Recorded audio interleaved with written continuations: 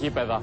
Οπαδοί του ΠΑΟΚ, οι οποίοι προσέρχονταν για τον αγώνα της ομάδας τους με τον Παναθηναϊκό και πήγαιναν στη θύρα 21, δέχτηκαν επίθεση από ανεγκέφαλους οπαδούς του Παναθηναϊκού.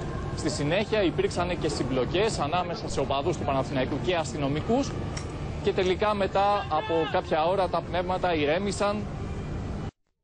Επικαιρότητα και πάλι, επεισοδιακό το τέλος του αγώνα ανάμεσα σε Παναθηναϊκό και ΠΑΟΚ χθες το βράδυ στο Ολυμπιακό Στάδιο.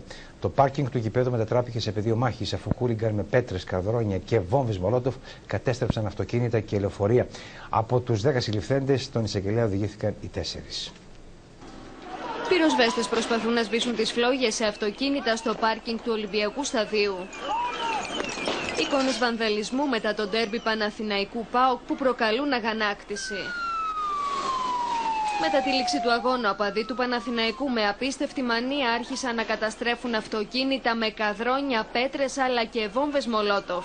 ...οποίων τα δύο οχήματα κάηκαν ολοσχερός από πυρκαγιά. Τα άλλα έχουν πολύ μεγάλες ζημιές. Ήταν παρκαρισμένα